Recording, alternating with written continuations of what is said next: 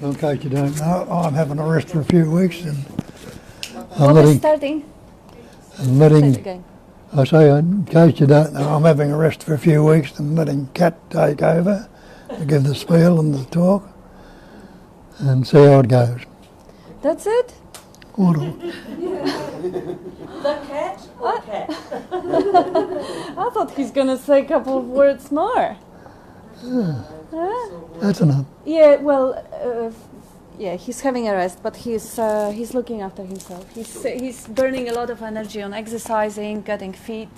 So he's having a rest from speaking to the group, but he's still not having a rest, and he's doing very well on speaking one-on-one. There are still people calling on the phone and on Skype, and having him on private, which is it's easier. Terry can say how much easier it is to actually, adjust the language to meet the person where they are, rather than just drop random ideas at everyone. So he reserved that good part for himself, still available for a ridiculously low donation if anybody wants to pay it, because I remember I used to go to a psychotherapist before I got my one-on-one with Bob. The psychotherapist was charging like 180 per hour. And of course you have to go there forever. I was working at sea, I had money. But Bob takes 1/3 of this money if someone is willing to pay, because often people don't have any, and he's still not going to throw them out of the door. And there are people who actually depends on the ripeness. And this is, I'm telling it to you also, because when you find yourself at that point where nothing else matters, doesn't matter my relationships with my family, doesn't matter my job, my career, now I really have the priority. I want to see through this illusion of me. I don't want to take things personally anymore. This is important. Everything else is not. This is the point where, speaking to Bob is just a delight for both, for the one who is asking questions and for the one who is answering, because that level of commitment, which Nisargadatta calls earnestness, is it means there is just really very, very thin veil between the reality and, the filtering through the eye. It may be very desperate, it may be very painful, it may feel very solid, but if that earnestness or commitment is there, that wall can be penetrated. One pointer, that's the ripeness, that's the place where this fruit is so heavy and so juicy and so rich that the one touch can push it off the tree.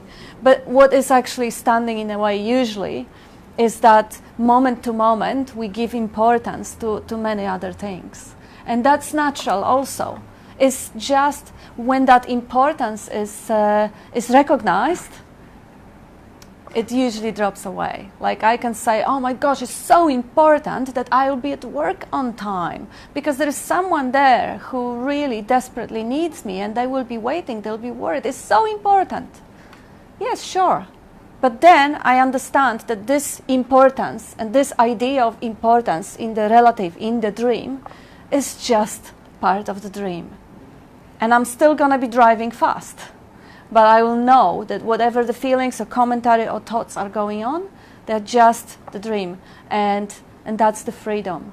Because now there is nobody to take on board any consequences that are completely out of my hands. So now, even though the situations like the importance coming up, it's important that I don't forget to give Bob the tablet. They are, they dealing with the neurotransmitters in the brain. You can't forget that. It's just dangerous. I know, it's just, something's wrong with the internet. Nothing we can do about it. It's not transmitting, it just stopped. Yes, so this relatively important things, they come in life, and that's fine. It's just when we recognize, oh yeah, it's relatively important. Yeah, sure, in this moment, in the dream. But what's really matters, if I have the commitment, what really matters is to see the truth. So that dream is giving me some juicy story that I have to rush, or I have to be careful, I have to watch out, I have to not forget, pay the bills, whatever. It's a beautiful, juicy story. It's the way the non-dual one is expressing. But what's really important is to see it for what it is, the story. Because if I see the story, no matter how beautiful, how important, how stressful, how dreadful, for what it is, just a story, I'm free. And the story doesn't touch me.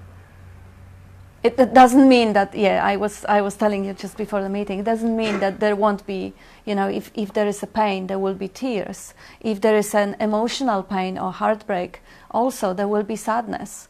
But that sadness is actually, there is a sweetness in it. There is a sweetness. I remember recently I've lost a friend who just moved on. And I used to be so attached to her. We would spend an hour a day on the phone. Just so much love invested, so much attention invested.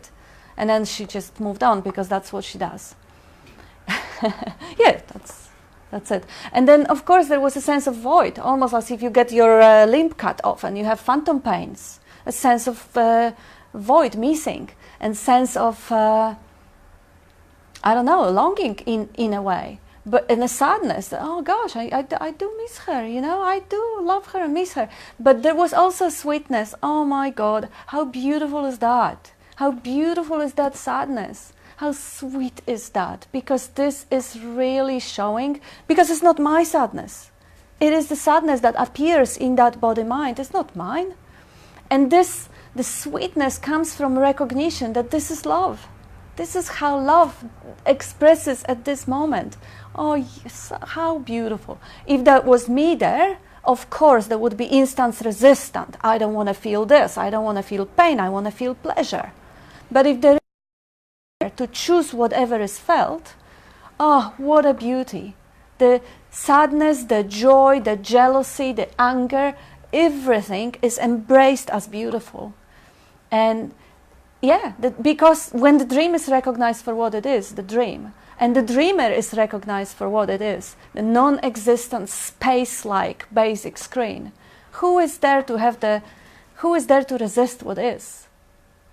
And that's the beauty. So this is another way, I'll just probably stop it, I don't know, which is basically inviting for the investigation.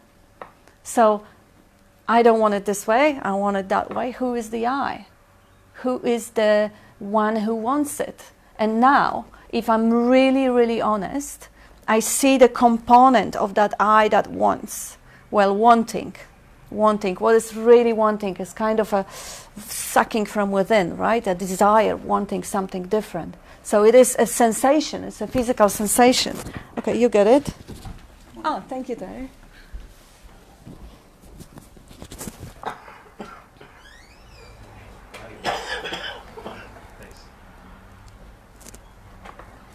Hello. Good morning. Probably give you a chance to read. Gosh, you look so different without your Without hair. my hair. Yes. Yeah. I'm well. How are you? Right.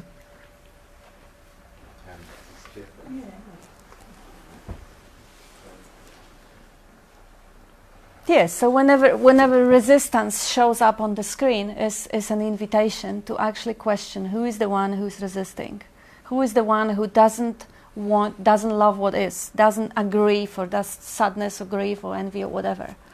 So that one, the most obvious component of that is the physical component. So there is a longing, there is a sense of a void or suction coming in from the stomach, like, gosh, it feels so narrow, it feels so confined.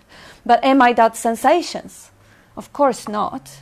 How can I be sensations? They're coming and going. So they are noticed or observed on the screen of awareness. So I'm not the sensations. What else is that to the I that resists something?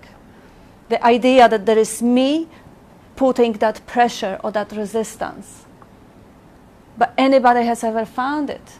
Like, resistance is obvious. It can be sensed. It can be felt. It can be experienced on a physical level or even on emotional level as a sense of uneasiness or feeling. But has anyone ever experienced the one who is actually applying it? Like, who is applying the pressure resistance? Who is applying pressure on the muscles? Well, there will be obviously the oxygen running through the veins, there will be blood, there will be brain secreting different hormones or different neurotransmitters. So the whole universe, that universe is applying the sensation. It's not I, it's the whole body. And of course, body is connected with the rest of the universe. Body can't stand up without the air to breathe, water to drink, food to eat, and a space to be. So actually, there is no I resisting. There is the whole world presenting on the screen of awareness as resistance. So is it really my resistance? Now, the moment I view the resistance as just another screen, just another appearance on the screen, I'm obviously free. I'm the knowing of it. I am the screen, and the resistance just shows up. So how long is that resistance going to last, viewed from this perspective? Just kind of like almost dissected that, oh gosh, that's just physical sensations and emotional sensations and all coming up from the factory that is, what a big deal about that. So, but that's the one way of investigating the resistance. So, investigating the me, one could say, that is resisting, and that can't be found. So resistance is just appearance, and when the resistance is investigated, it's usually gone, and what's left? It's just whatever is happening. The seeing, hearing, tasting, touching, smelling. This is what is left. And in the absence of any idea that there is someone who is experiencing, life is already free, unbound, is experiencing, is happening to itself, is showing itself up to itself. If there is no idea of separate self, in the moments when there is no resistance, there is nothing wrong. There's nothing wrong when we sit here and nobody wants something else, or maybe somebody wants Bob to speak, me for example. But when it's nothing wrong, there is no ego. It's not being constructed. It's not being invented to have any opposition to whatever is. So the world is not being opposed. It's not being resisted. So it's not being separate, really. In that moment when there is nothing wrong, when I don't invent the idea of there is someone here inside and there is world out there outside and they are separated by the body or by the skin, without those thoughts, there is nothing wrong. And when there is nothing wrong, this is called natural state. And a natural state is the state which is as in nature. Unless I think of a self or the ego, there isn't one. Without the thought or line of thoughts, line of the whole production coming and relating and constructing it from memory, concept over concept, layer over layer, accumulated throughout the life to build up the structure that seems almost solid, without maintaining that idea that there is a body, it was growing up, the body is mine, is female, is this, is that. Without those line of thinking, it's just this. And if there is nothing wrong in this moment, that's the natural state. So the problem with enlightenment starts here, when we are already in that natural state, in the moments when we are not constructing that fictitious entity. And we say, nah, that's not it. That natural state, nah, that must be something bigger, greater, must be a huge experience, must be a bliss, light effects, the ecstasy. Not this, I'm not there yet. I don't feel any ego right now if I don't think about it, but I'm still not there yet. Well, who says that? And based on what?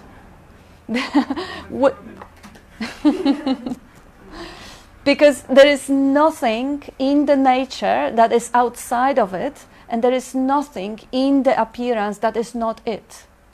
So now everything is that, but I'm not. How come? How could that be possible? I can only believe that I am not that.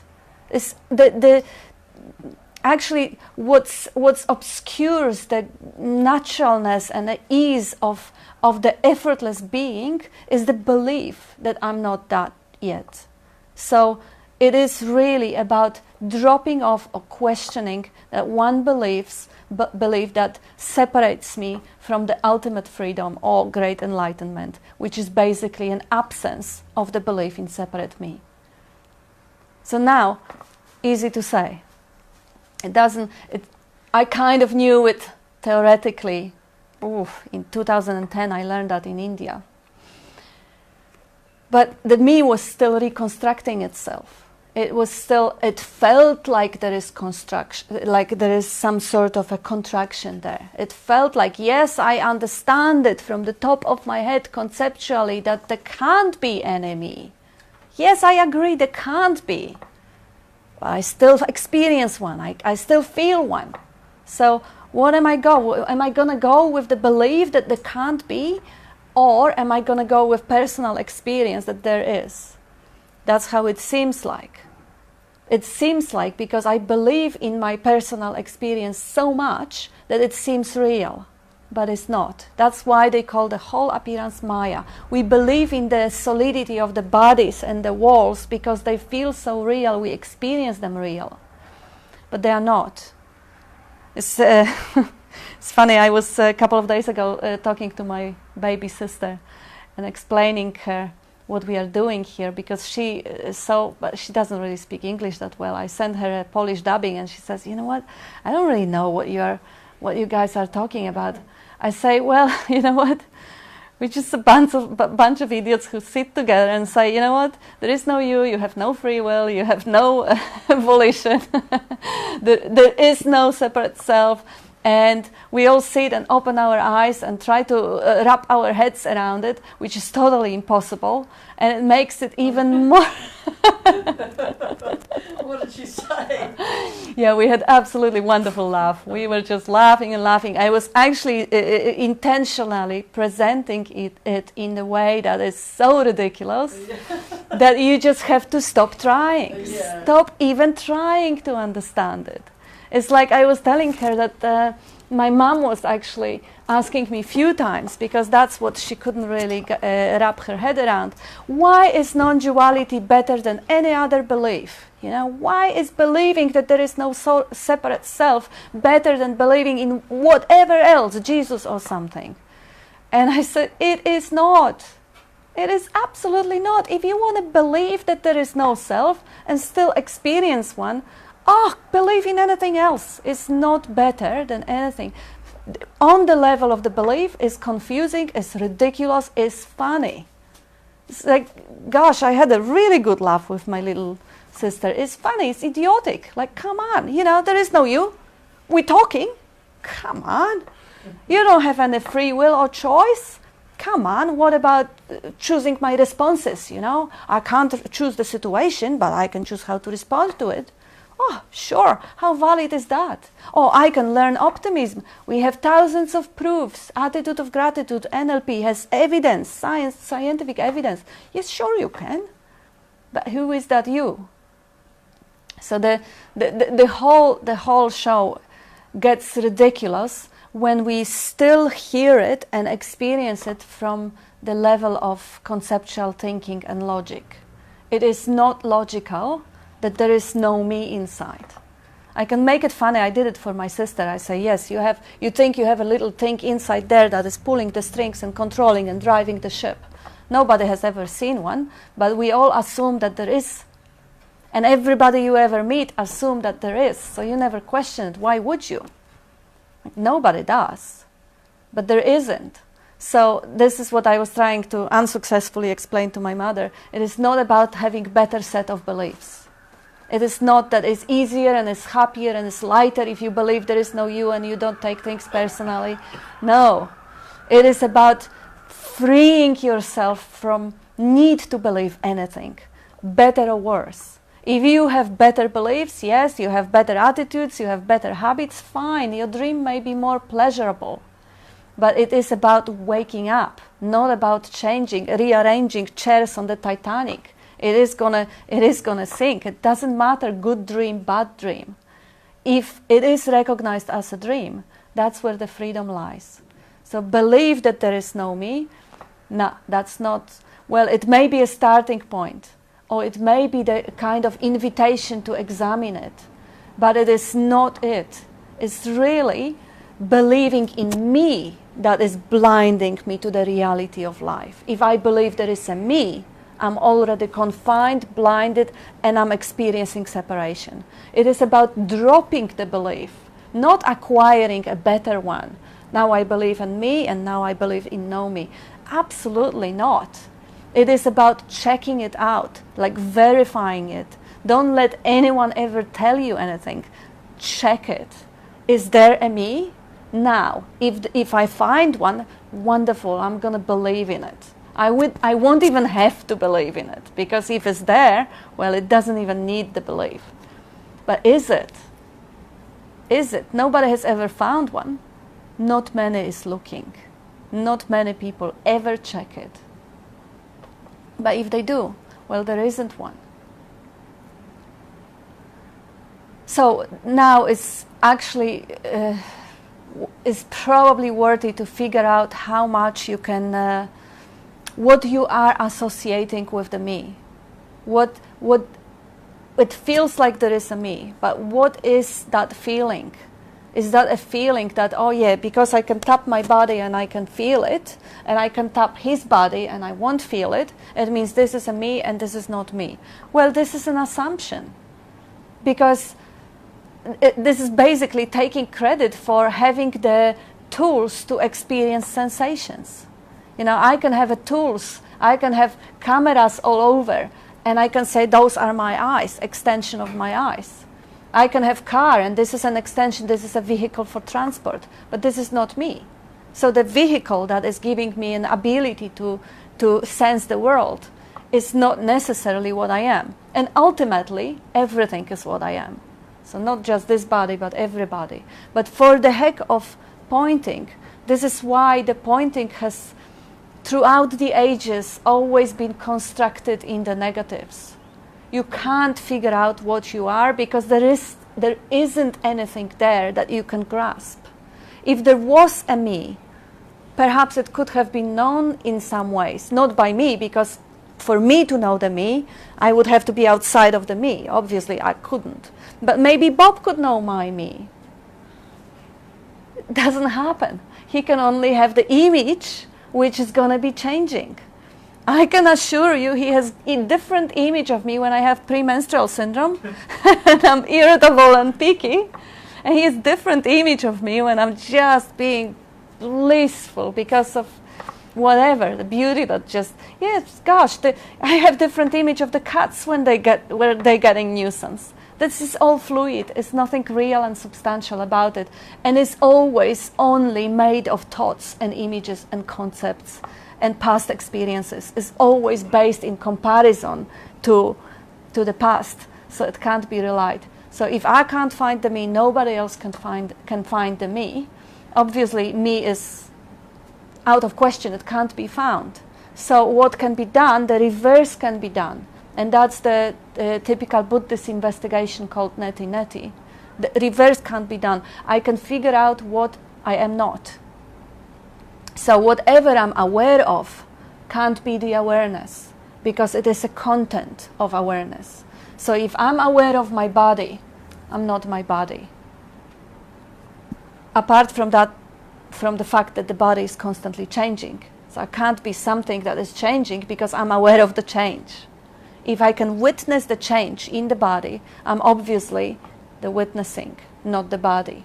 So same thing with everything else. Like just like the body is changing, the feelings, emotions in the body are changing, and the thoughts are changing, and the life situations are changing, relationships are changing. Everything, all of it is being known. So all of it is a content appearing in the awareness. So the one thing that is never changing is the awareness, and this is one thing that I can never be aware of. Can I be aware of my awareness? No, because I would have to make it to an object that is in the awareness, and obviously I'm the awareness of it. So any attempts to make any pointer to be an object that mind is trying to grasp are just misguided, waste of time. Mind is trying to do it, and that's okay. It's good to just recognize it, grasping awareness, grasping space, make it to an object and trying to identify with it. Okay, I will try now to identify myself as a space. No, there is no I that is trying to do an action and embodying or imagining itself to be space. This is still the activity of the mind. Now, this activity of trying to identify is known. And that knowing is completely effortless. It doesn't take any action. It doesn't take any trying. That knowing is effortless, and that knowing can't be denied. That being and that knowing can't be denied, and it can't be grasped as an object. And if it can, for some reason, people may have really, really vivid imagination. What is the space in which that one is known? So the one thing that can't be questioned and can't be denied is the fact of the being, the knowing of the being. And of course, they are, the questions often like on the last meeting, well, how about when we sleep? Okay, just ask me that question when you sleep. If you still have that problem when you sleep, wonderful, we're gonna address it. But in my experience, when I sleep, the questions don't arise. So there is no need to answer them, there is no need to go to the mind, there is no need for any pointing. So if there is a gap in the memory, in the recording of the activity during the sleep, there's also gap in identification with the me, so there is no need to question. So there is no problem whatsoever. And of course, the idea of sleeping is again going to the mind and going to the idea of time.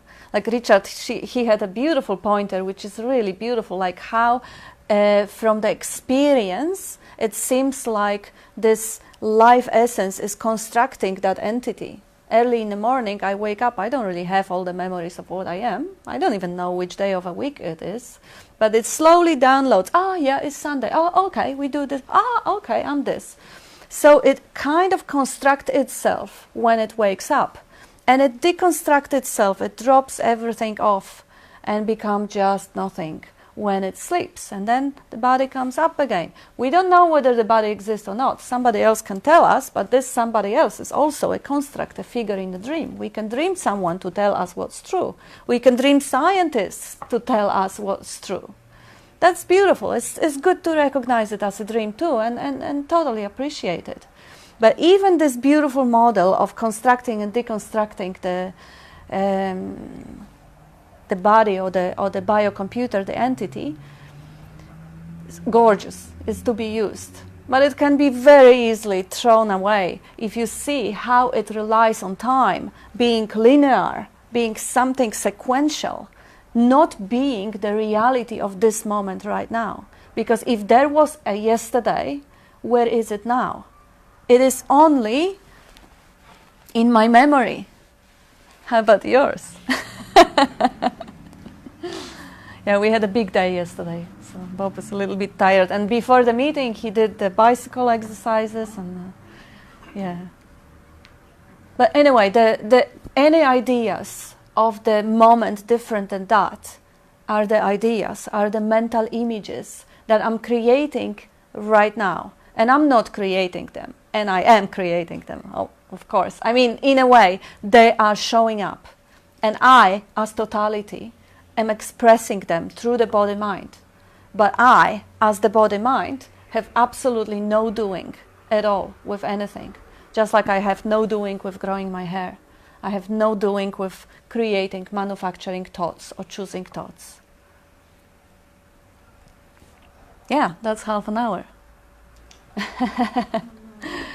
Yes, so now, inviting everyone in. It's actually a strong group. Everyone's been exposed to this for long enough. Is there any me left in there that wants to be looked at? And if it is, gosh, tell me all about it. We'll see if it stands up to investigation. If it is anything more than just random sensations, thoughts and beliefs just floating in the awareness.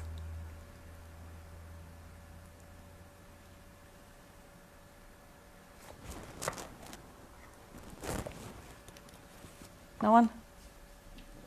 No miss. Someone will start sooner enough, don't worry. Just, it's always the first question is the hardest one. Well, that's wonderful, because freedom from having questions is actually, this is it.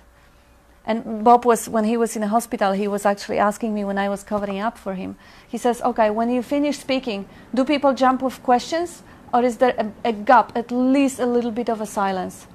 Oh yeah, you know, first question's usually hard to come out. He says, great, that's it.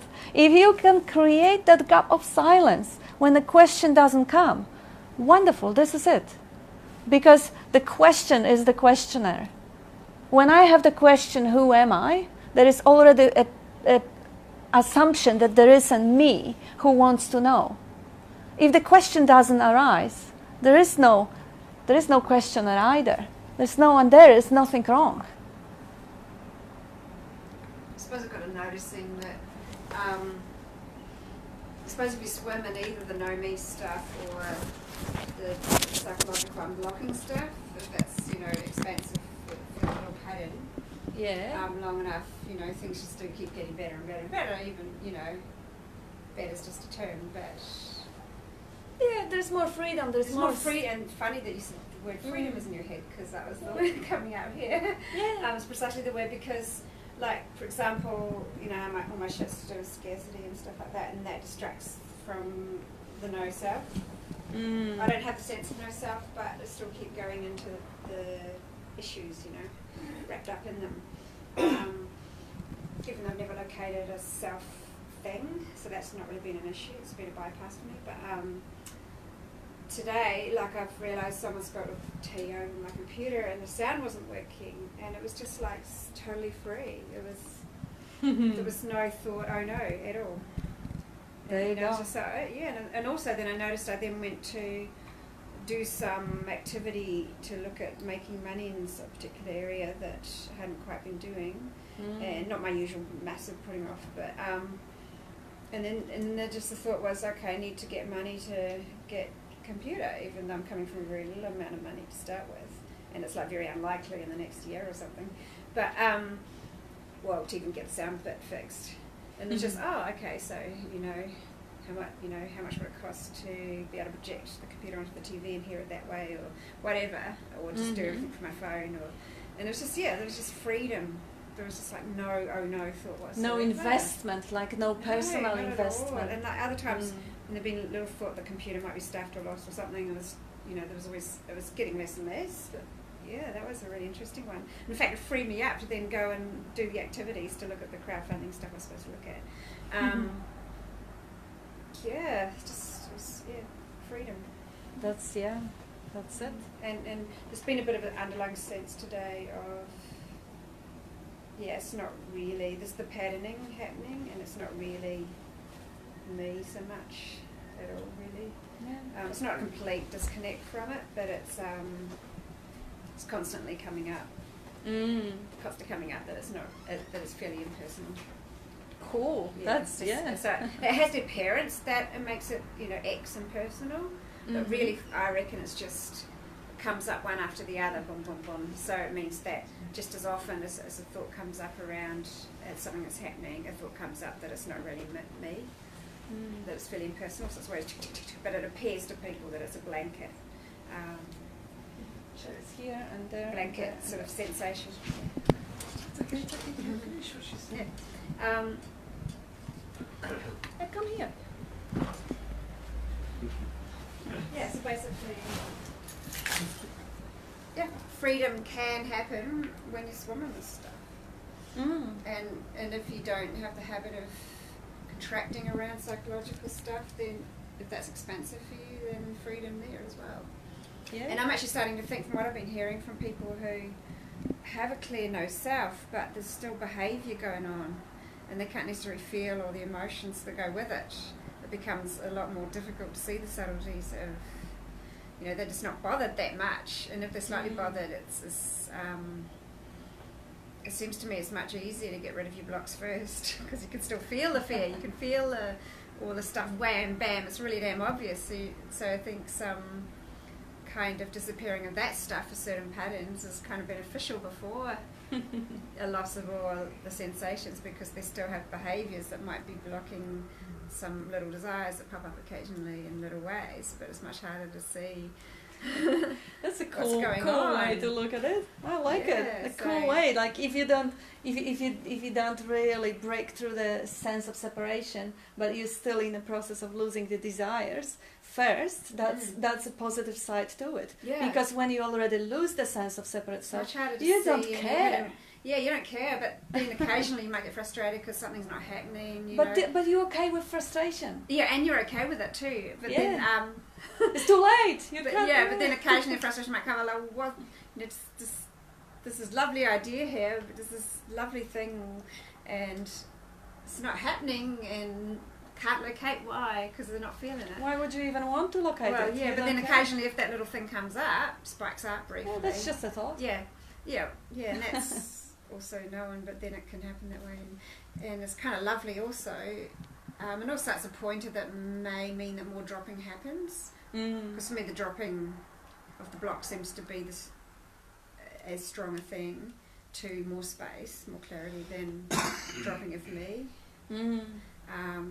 Because the me isn't so invested in anyway, it's the dropping the blocks it seems to do. That's one and the same thing.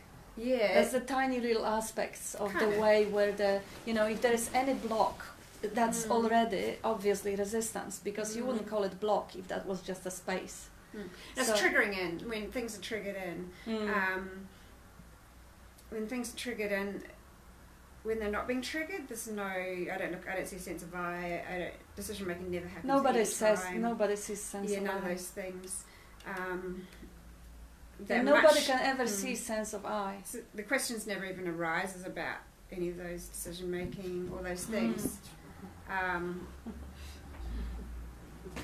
But when I pop right into the dream, there's no such thing as non-duality, because I'm just dreaming about some particular thing. Yeah. Yeah, I totally lost my train of blanked off. Yeah, but I like the line of thinking, like finding a positive. This is the way the life is unfolding, and obviously the life is intelligent, and this is a beauty in the way this is unfolding in you. It really is. All it is Yeah. a pointer, which means that Totally possibly, gorgeous. I'll let you know, but possibly there will be more of a movement to dropping blocks rather than watching TV, just because it's come up as a pointer that this may be an effective thing. Yeah. So it may happen more. That's all. And again, seeing beauty instead of feeling disappointed that why didn't it happen yet? Big Bang, great enlightenment. That's that's part of the blindness, believing that there is a me to who it didn't happen. Instead, you're completely uninvested in it, and you see the beauty of the process, completely impersonally, Yeah. admiring it. This is it. And relaxed in that, because This is it. it's not a thing. Yeah. And that's the freedom. Not wanting what is not. If I think I'm not enlightened and I don't want to be enlightened, I don't want what is not, I'm already free. It cancels itself out. So So you there's just relax into the things that aren't a block for this pattern, or for the particular wherever you are. loving what is. And then the light shines on the things that are a block for that pattern.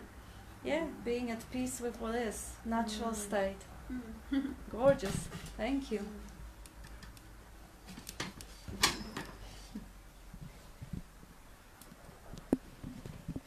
I think since I've been coming, Kat, is that what you were saying before of just accepting things as they are, or loving what is, is, you don't realise just how much you do resist things, like unpleasantness or what you consider to be unpleasant.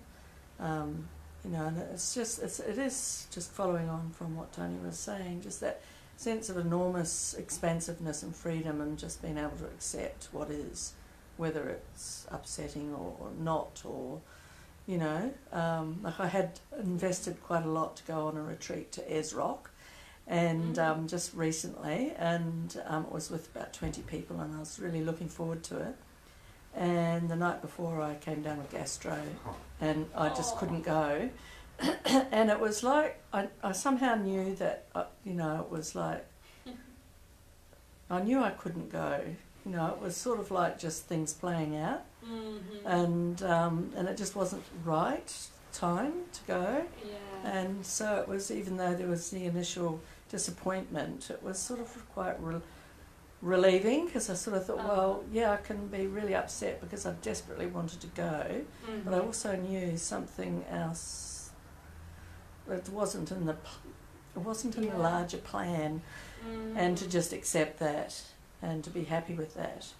You know, it was it was so be it sort of thing. Beautiful, because now you can see that I'm disappointed, but life wanted this. Now my will or thy will. Yeah. Now you're kind of embracing both. My will is kind of allowed, but thy will is completely accepted. Yeah, and just, you know, I'd taken off some time off work without pay, and I just sort of thought, oh well, this is my retreat now at home. Yeah. Yeah. Oh boy, if it's for you, it will come back. Yeah, that's right. Yeah. Yeah, amazing. It's to be able to actually really embrace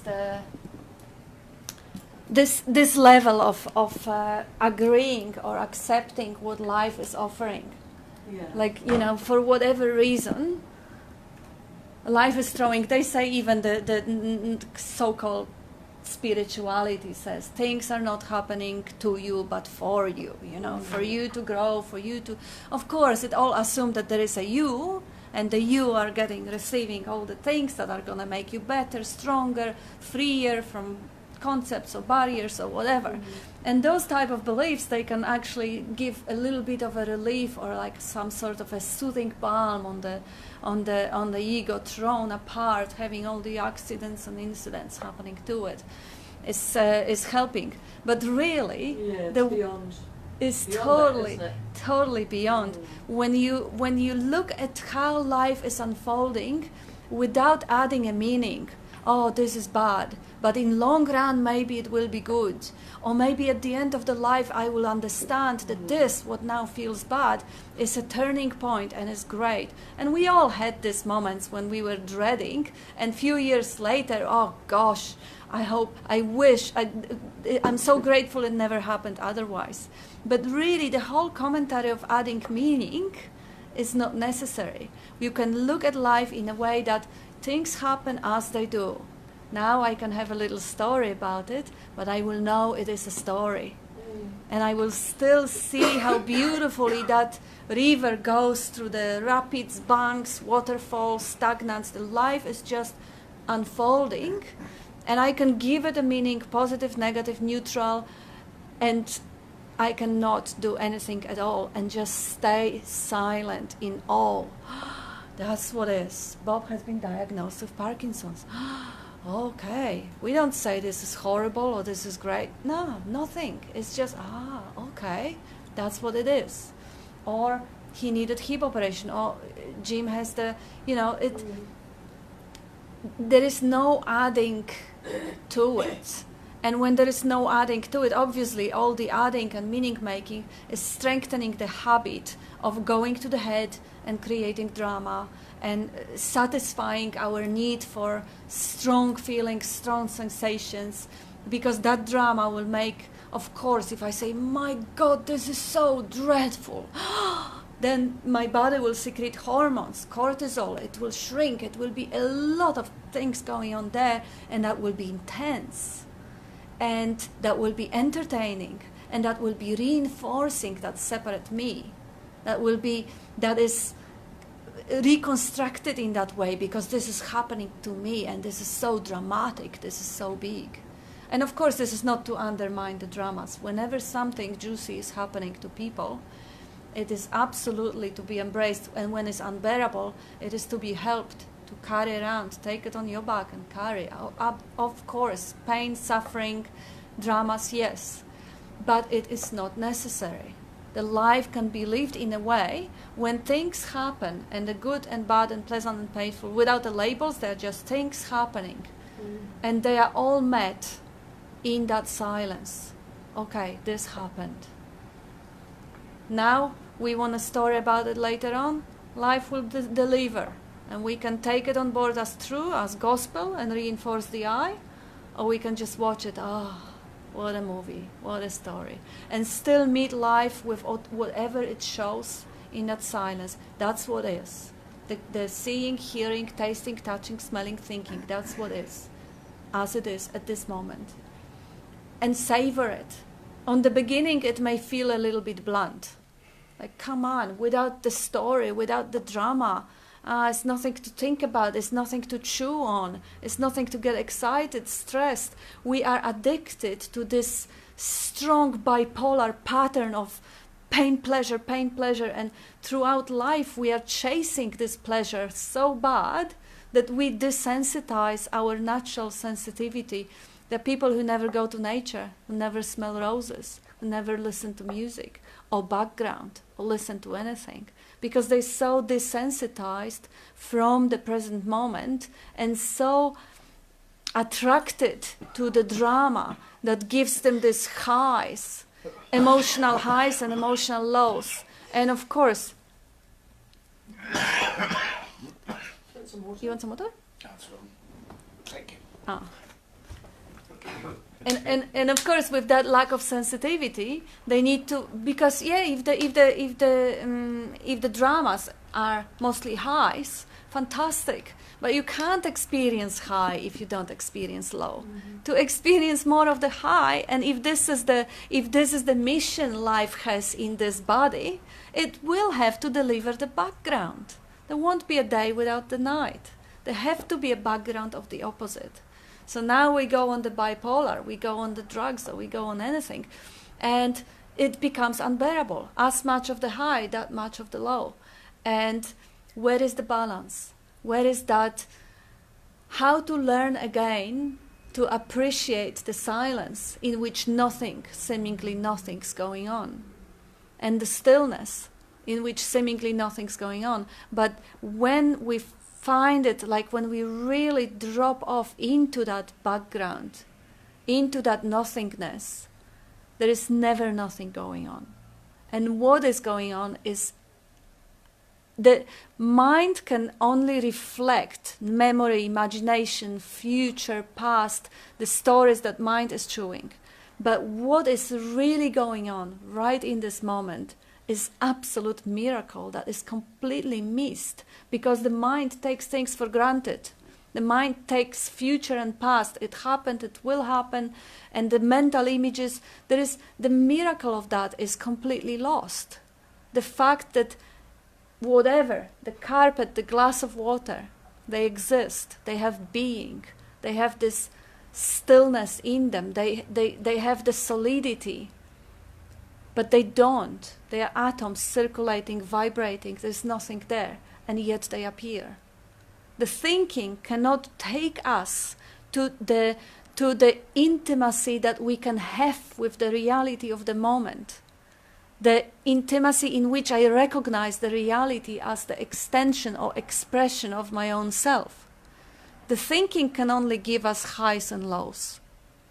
And the natural state is something vastly more, I wouldn't even say satisfying, because who is there to be satisfied?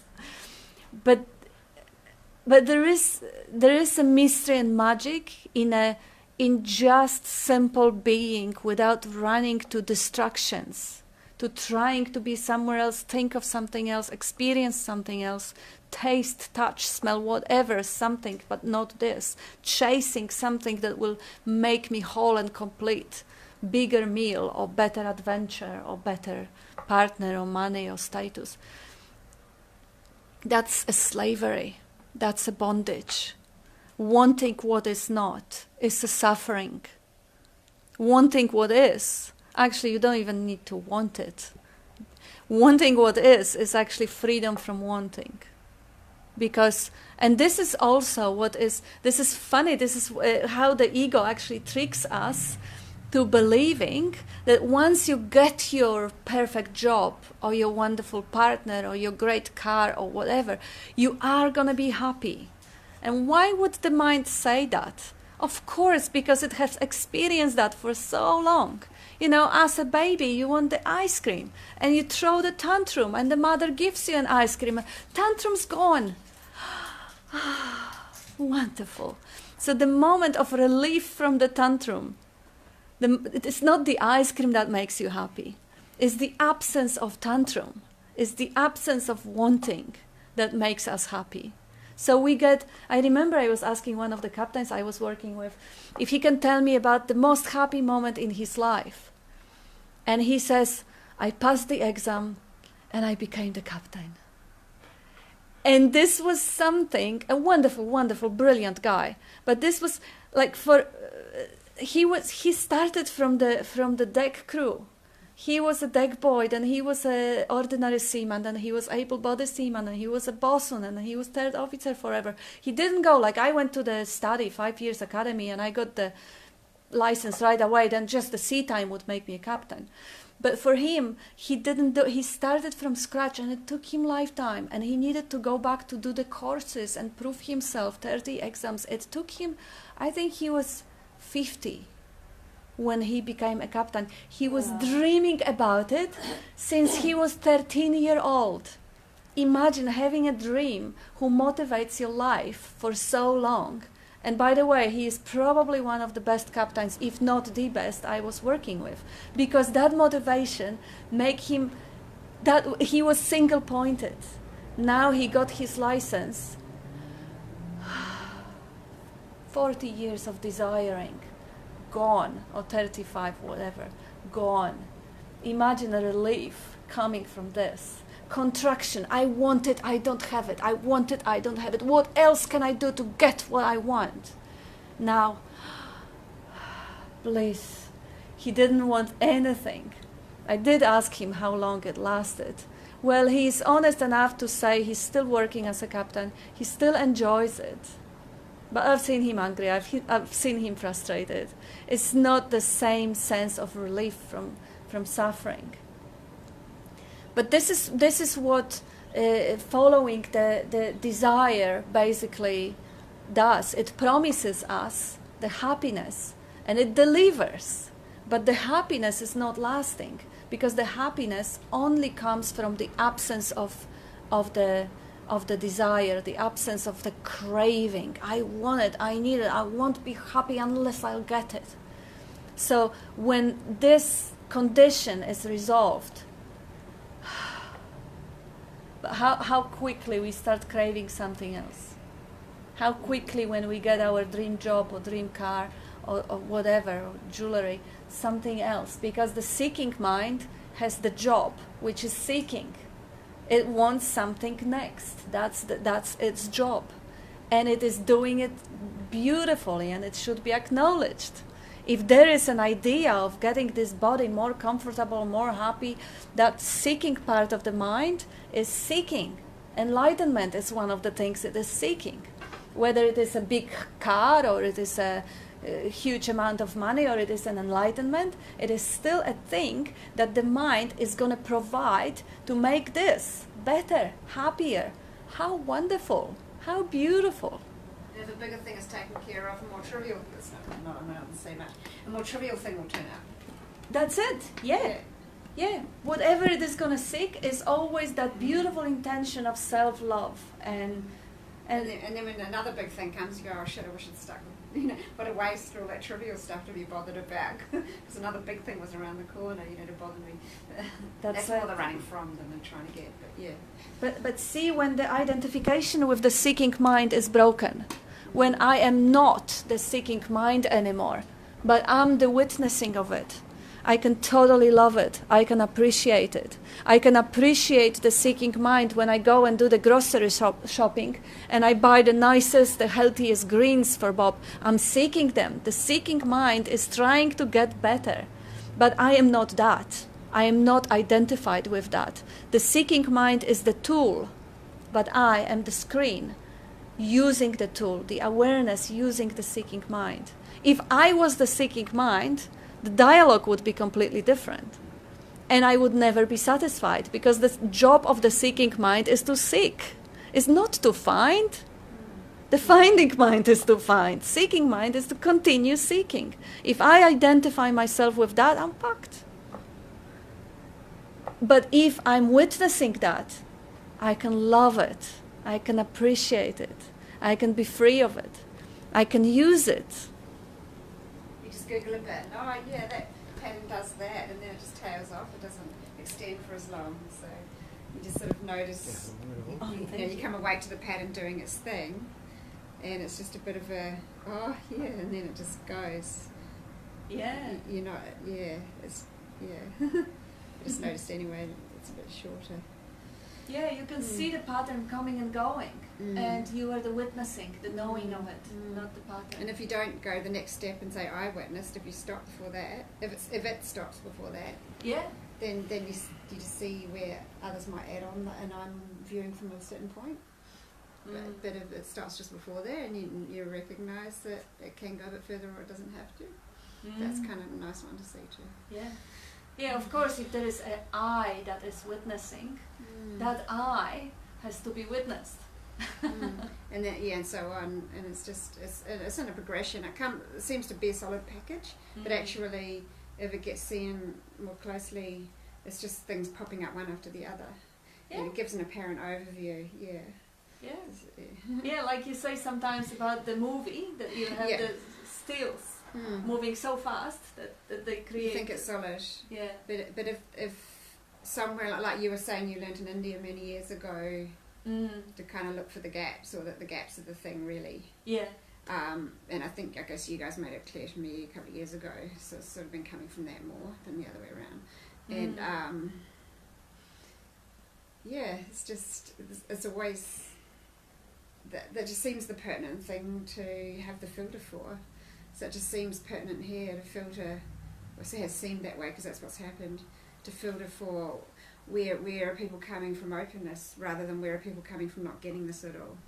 And it's just suspiciously seems, there's a suspicion here because I can't know that, and I think it just pops in, flashes in, no one knows, as humans don't know, it's not known. That flashes in as much as any kind of ideas popping up about what, the stories popping up about how it could be. It's not knowing is also popping out. And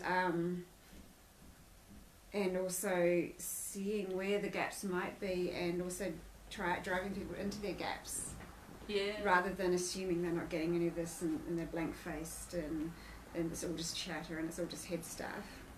Instead of that filter, I found the other filter suspiciously, because I can only ever say there's a suspicion that it may be more effective, or it has felt like it's been pretty effective here.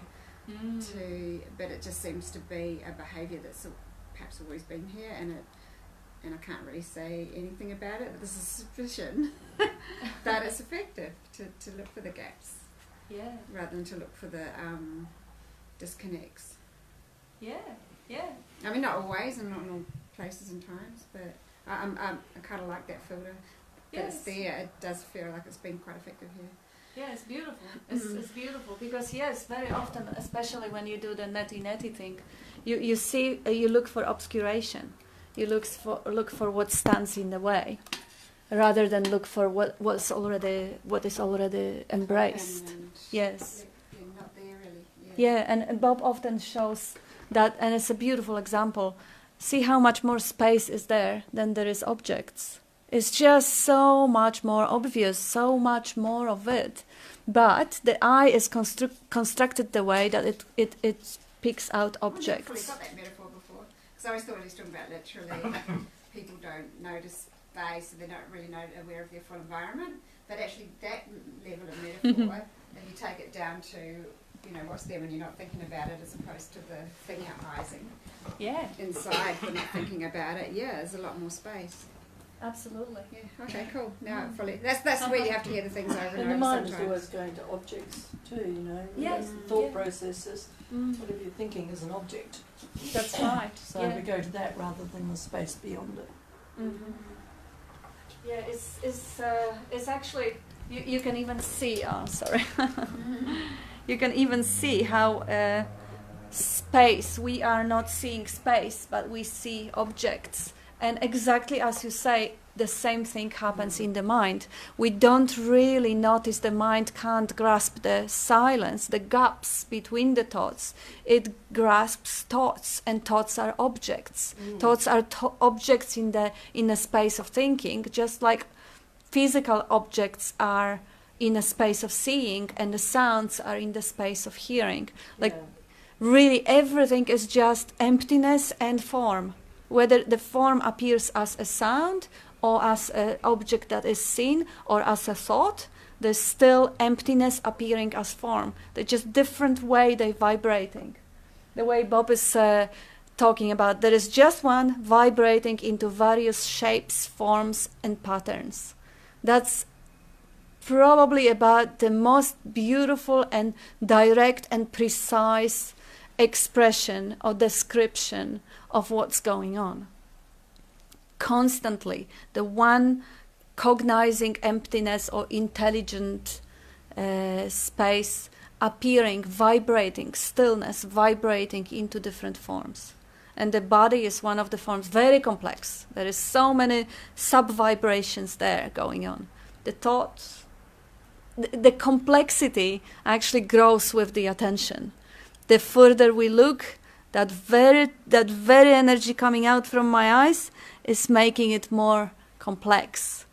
That's how whole appearance look, like a Schrödinger cat experiment. If the cat is there in the box but nobody watch it, and it's a 50-50 chance that the cat, there is some radioactive thing, the cat is alive or dead, well, the reality is the wave of probability. There is no solidity if there is no observer.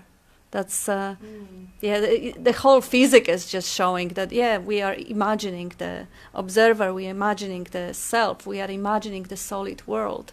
There is just energy appearing as matter. E equals mc square. So don't worry about turning the camera. okay. I've got a book that says that according to They can at least hear you. Heisenberg principle, Oh yeah. the more you look at something, the more it changes, the more you affect it by observation. Absolutely. That it actually isn't something separate, but it's the one thing. Absolutely. Same happens with psychology. The psychology says the more often you are relating the story, the more complexity, depth, and differences the story will gain. Every time they will be slightly different. It's like really, it is alive. It's so transient. It's moving. There's nothing still. There's nothing that stays the same, and it is constantly recreated by the light of attention. So by seeking like the ultimate understanding, it's a myth, because there is from that point then I'm standing and still looking at something else. That's looking right. at the next horizon. Yes. Yeah. That's the tricky bit. Very good one. Yes. That's the really, really tricky bit. You keep it. Keep it. We need a new system. Yeah, I know. That we keeps tried everyone it. It's involved. evolving as well. Yeah. This is a Great evolving. audio's not been invented yet. No. We need a drone with a microphone that just can just like I'll cut detect the where the sound is. And We got this one. We got this one from the guys from Los Angeles. But Oh. unfortunately, it grasps the, if I put it here, Toni won't be heard. And Bob Cross-directed. won't be heard either. It's omnidirectional instead Yes, of uni. but it's, Yeah. we tested it. Yeah. That's the best. Yeah. Yeah. Anyways, Tell us. So yeah, look, Kat's mentioned on a couple of occasions how tricky this self is, this me is, or the mind is, or just the thought process is. And when we first get involved in this, it's kind of initially liberating to come to see that thoughts just arise and disappear. That there's no thinker of the thoughts. They just happen, And I've said it 100 times, and you can test that. If you have any control over your thoughts, just stop thinking, Literally just stop. And not many people can, Thoughts will just come and go. So we start to see that. So there's an education process that happens, by coming to this group or groups like it, or self-inquiry. There's an education that happens, and you start to see things. And initially you might come in here, and all the stuff that's rattling around in our head is so close that we kind of wear it like a skin, you know. There's no separation in it. We can't see it occurring. In other words, whatever is occurring, I am. We sort of just, we become it, you know. So you come in, you're asked to look and look and look and look, and you get challenged with, you know, do you choose to think the thoughts that you think, or do they just arise? And after a while, you know, there's like a separation that seems to occur. You start to shed that skin of being the thoughts, and you arrive in a place where you're actually able to start witnessing them. And you witness them, and you witness them, and then you go through a whole long process. Well, that's a relative term. It takes as long as it's going to take, I suppose. But then you seem to go through this long process of acquiring information. You know, I see this, I see that, I see I'm not that, I'm not that, I'm not that, I'm not that, I'm not that. It even says, and I can't find a me. I can't find a me. And I'm aware of all the thoughts that are rattling through my head. I'm aware of it. The very, very, very, very last thing to be seen, and it's like I'm going to call it a core me. And it's really close, and it's lodged in here somewhere.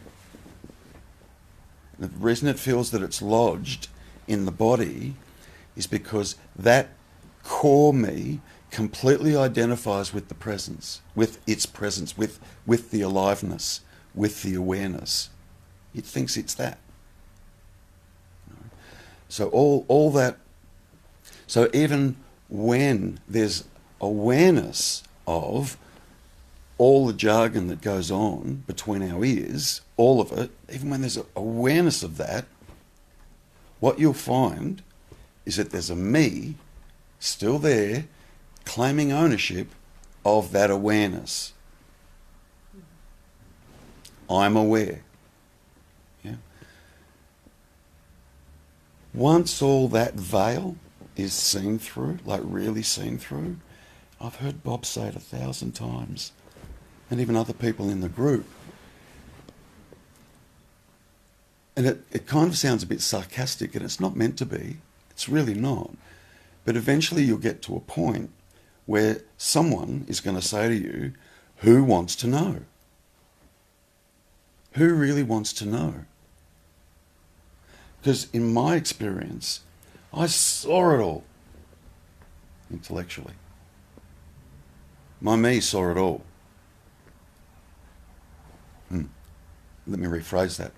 I thought my me saw it all.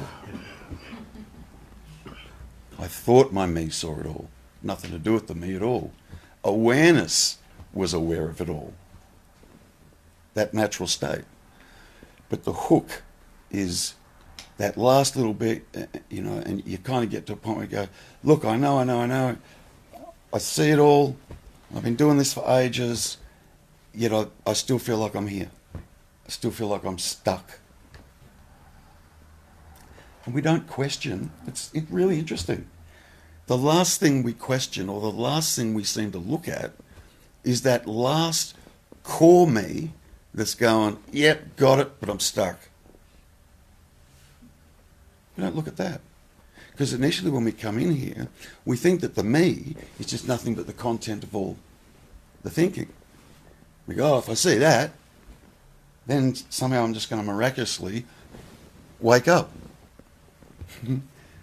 I'm me is somehow me going to miraculously wake up. So there's this last sense of a me that's there. It's and I've said it before, it's really, really close. I don't know how else to describe it. It's close. It's like it's not in that content that we initially observe in relation to our thinking and what goes on in the thinking. You know, hearing a thought go, oh, you're useless. Or hearing a thought go, yeah, I got it, I haven't got it. I like this, I like that, I get it, I don't get it. You know, we can kind of hear all that, or see it, if you like. But there's a core there. That was my experience, just purely speaking from my own experience. And that core me, that final, let's say, that final me, what I discovered was that it was identified with that sense of presence. The me, my me, believed it was here. In other words, here, present. And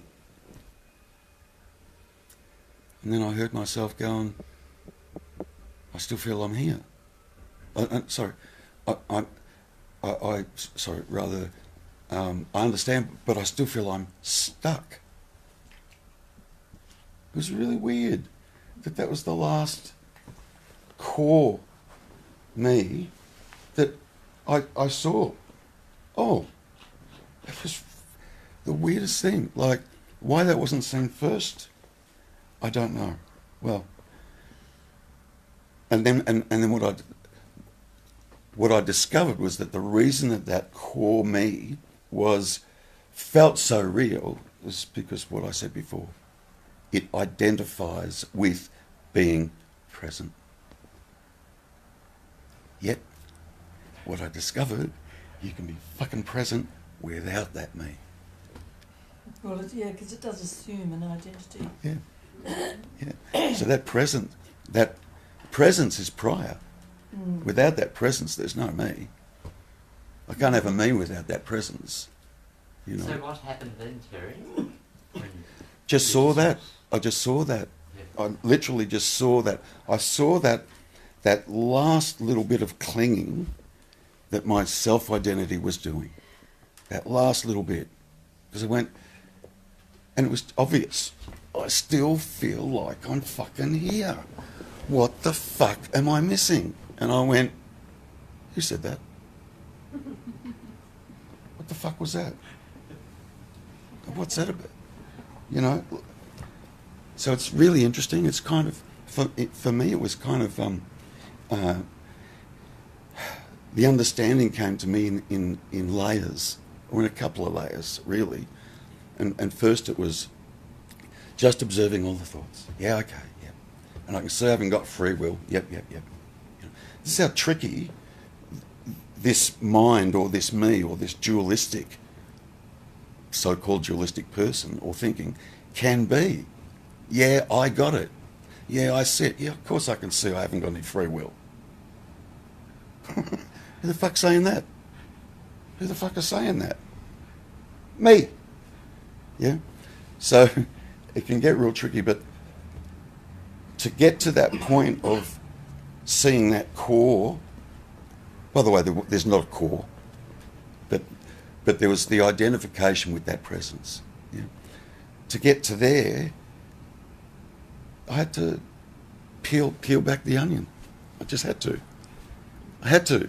But, you know, Bob often says just reach in and pull the fucking whole plant out by the roots and throw it away, you know.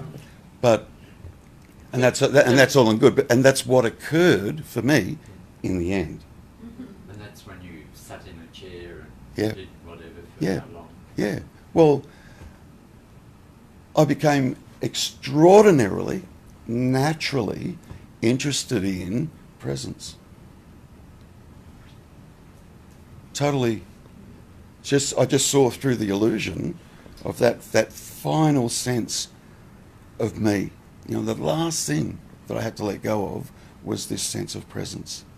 Had to let go of that because I was owning it. It's mine. It's my awareness. I didn't even know I was doing it. I really didn't know I was doing it. You know, I was so caught up in going, I see all that and that, and I understand, and yep, I got it. Fucking, I'm still here. You know?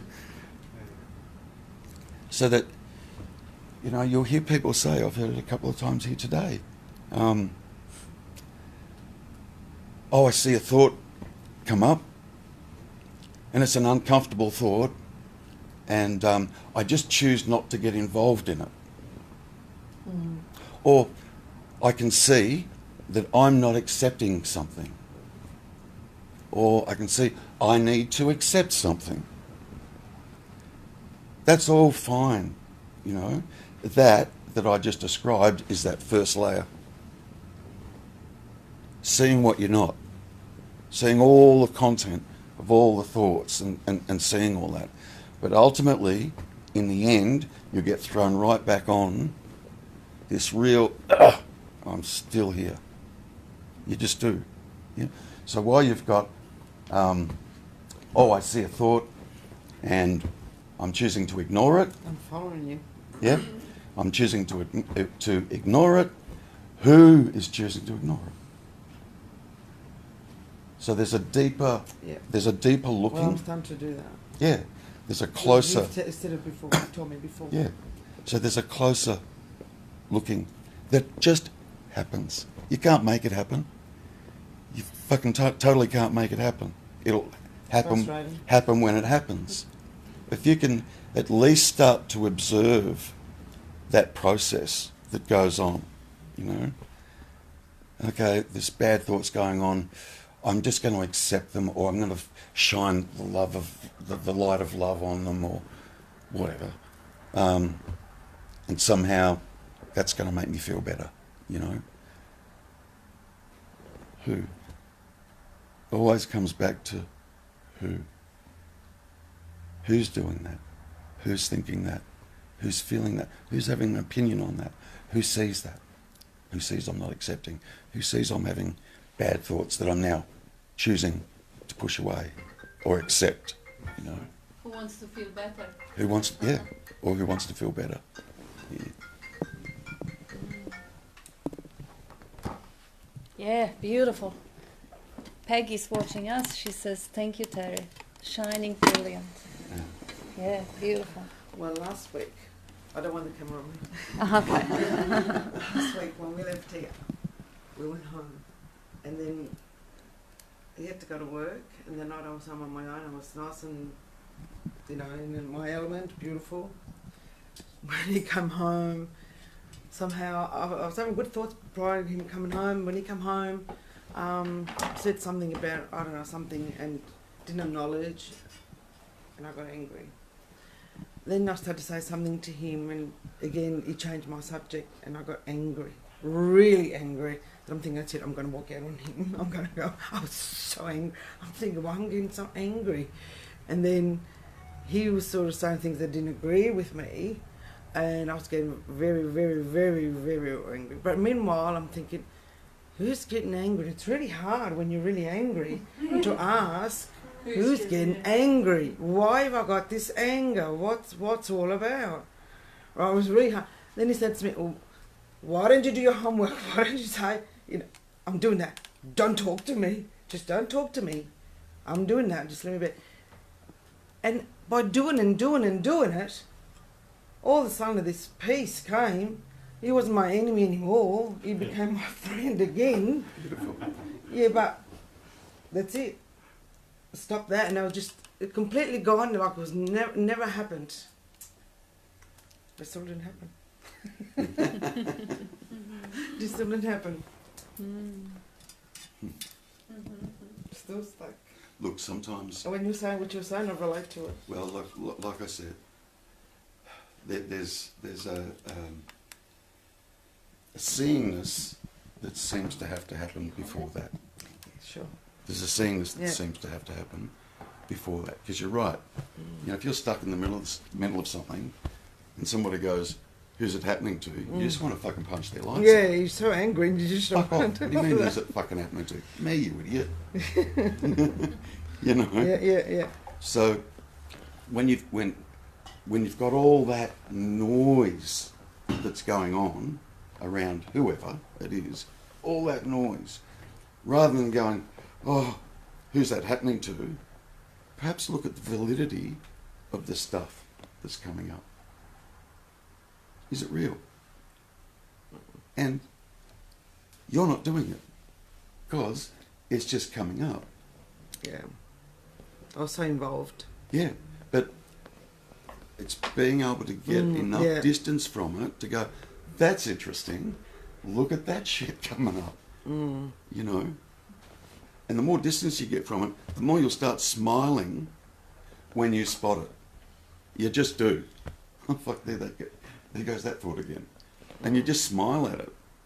So after that I could. So it loses it starts to lose its sting. Well, one thing somehow ceased. Out of the blue, it just went to peace. Then I started talking to him, explained to him exactly what happened. I said, I know I instigated. I know this is what I did. Like, I was aware of every step that it took place. But there and then, I was like a volcano. Just everything he said was just not in my favour. And then, you know, but as I said, but after at the end, I was like really proud of myself, which I normally am not like that. Proud of that I actually did something that to get out of it. Beautiful. Yeah. Beautiful. Now I've got to do the other one, like I was telling you before. It will just happen. Yeah. It will. Yeah. Yeah. It will. Just observe. Yeah. Just try and sit in a space of observation. Yeah. And see that it all just happens. It's got fuck all to do with you. Nothing to do with you. When I realised that anger after, I thought, it just came out of nowhere. I wasn't in that mood at all. It just sprang up, you know, but it was a good lesson. Look, if you look at that a little more closely, the reason all that sprung up is because there's an idea of you there that's deciding, I don't fucking like that behaviour. I know. I don't like that behaviour. Yeah. And when that me is there, so when that sense of me is there, identifying with those thoughts, saying, I don't like that behaviour, when that's there, guess what happens? Turns into a feeling in the body. And then you get like, you twist, you contract. I had this big knot in my stomach. Yeah. And the reason for that contraction is the belief that there's a me there that's being affected by someone or something. Yeah. You know, and eventually you'll be able to go, okay, at least you'll get to a point where you can identify that there's a me there. It's got nothing to do with the other person. Yeah, that's right. You're just being affected by a thought that's floating through. Yeah. Then you won't attach it. Yeah. And it's your fault. You know what I mean? And he did not give me the right answers because he said, that's it. We're not going there anymore. And I turned around and I said, you're not, I am. I'm still going because I want to go through this. I have to see these things through. Yeah. So just watch. Yeah. Just try and watch. Watch it. You're not doing it. Yeah. You're not doing it. It just happens. Yeah. So Terry, a couple of weeks ago you explained something about the seer from the head, that there's no head, there's space, right? And this week I was on my own, I was watching TV and this guy came up, I can't remember his name actually, I think his second name is Lang anyway, and he was saying the same thing as where he points, sorry? Yeah, where he points and then it says when you point to your head, you can't see the head because consciousness, everything appears only when consciousness looks at it. So because you can't see your own head, so for you there is no head, but there is the space which is looking. Describe, great. Try and describe that space. Well, space is everything. From your own experience. Yeah. If you've really Well, it seems like it's coming from here. If you've actually seen that, try and describe it. Well, I can't. Beautiful. Then you've seen it. You've experienced it.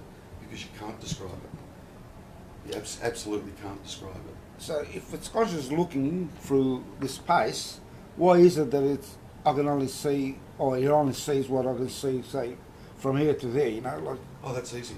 That's because you don't have an eye here, an eye here, and an eye here, and an eye here. He's got a couple here. Yeah, so it's related, so it's related to the physical, Yes, still just the same. of course. Yeah, I can't see that way. That's right. You can't. But let me tell you, that's enough. Fucking that's enough. That's enough. More than enough. It's awesome.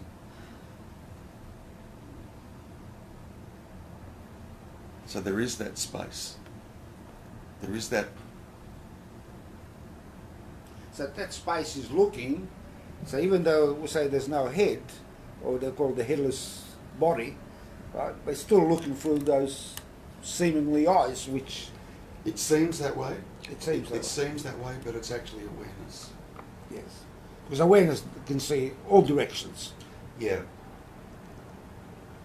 Yeah, but it's awareness. It's no. It's not a looker, or a looked at, or even a looking. Kind of is the looking, but it's an awareness. It's just an awareness until you start identifying with the eyes and the looker and the seer and the seen. If you don't do that, it's just awareness. Looking is already filtered. Like there is an awareness of being that is space, and now if you filter it through the biocomputer, you change that space-like awareness into the seeing, our space of seeing, space of hearing. That is already filtered. See the singularity, the one space-like awareness, the pure bliss of being, now is channeled through one camera and it appears as object. Through the hearing device, it appears as sound. So it is already filtered through the body. So it's already inferior. I mean, that's why we call it appearance. Singular existence doesn't need eyes and ears. The knowing of being and bliss of being is all there is. But to see itself, because this is all there is nothing else. There is no awareness of itself. So awareness is unaware of itself. To be aware of itself, it dreams the other, it dreams the object, and it gives itself the vehicle to experience the other, seeming other. So as the awareness, it doesn't need the body. But through the body, it can have a glimpse of itself. Through the body, it expresses as consciousness. And the body is limited, because only awareness is unlimited. That's why it has many bodies, to look through many different nooks and corners of the appearance. It's only inferior if you think about it, though, isn't it? It's what? It's only inferior if you think about it, and I think that's what Terry was saying about the it's all wow, that's enough. Is somebody beautifully said on Nemla on Thursday, it's almost if you slow down enough that love catches up. So you just down to a stop, you're not thinking about it, and then the wow just naturally comes through. Yeah. And the tiny little things. Sorry. And what you said, sorry, what Kat said, awareness can't be aware of itself. Do you understand that? No. Okay. So that experience that you had of no head or nothingness, space, Sorry, no. whatever you call it, and I said to you, describe it. You can't.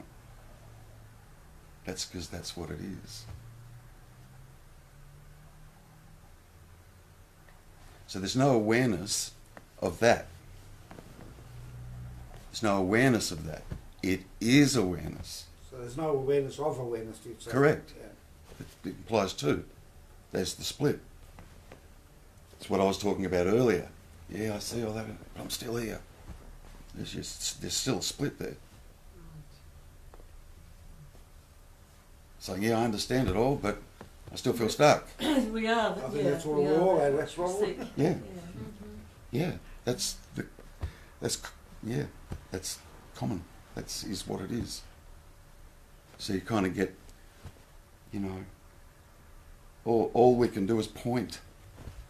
Have a look for yourself, and the last time you were here, I said stuff, and you went away and you had a look. That's all you can do, is look for yourself. So we'll say to have a look at something, or try and find something, or whatever the case may be. then you go and do it. So it can't give you anything, you know. That's right. Totally can't give you anything. I understand that. Yeah, and just say, have a look for yourself and see what you find. But it helps when everyone, you know, says something. Sometimes something will trigger someone. Yeah, yeah. About thought, they're saying, you know, like everything's thought, and the thought creates the emotion.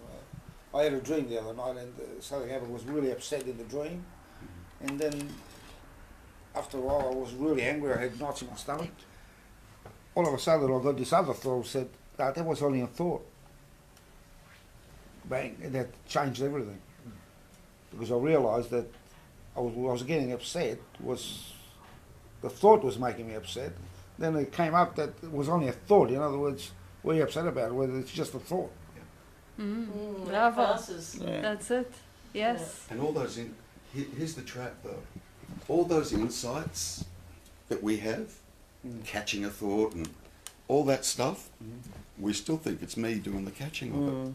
Although you did phrase it, the thought came up, looking for the gag Correct. version rather than the not getting it version, the you are getting it version. You did say the thought just came up, so that's Yeah, a it just- recognition of openness. But it was clear as a bell. Like it's like somebody was talking to me. You know, says, "What the hell are you complaining about? What are you upset about? It's just a thought. You know, words.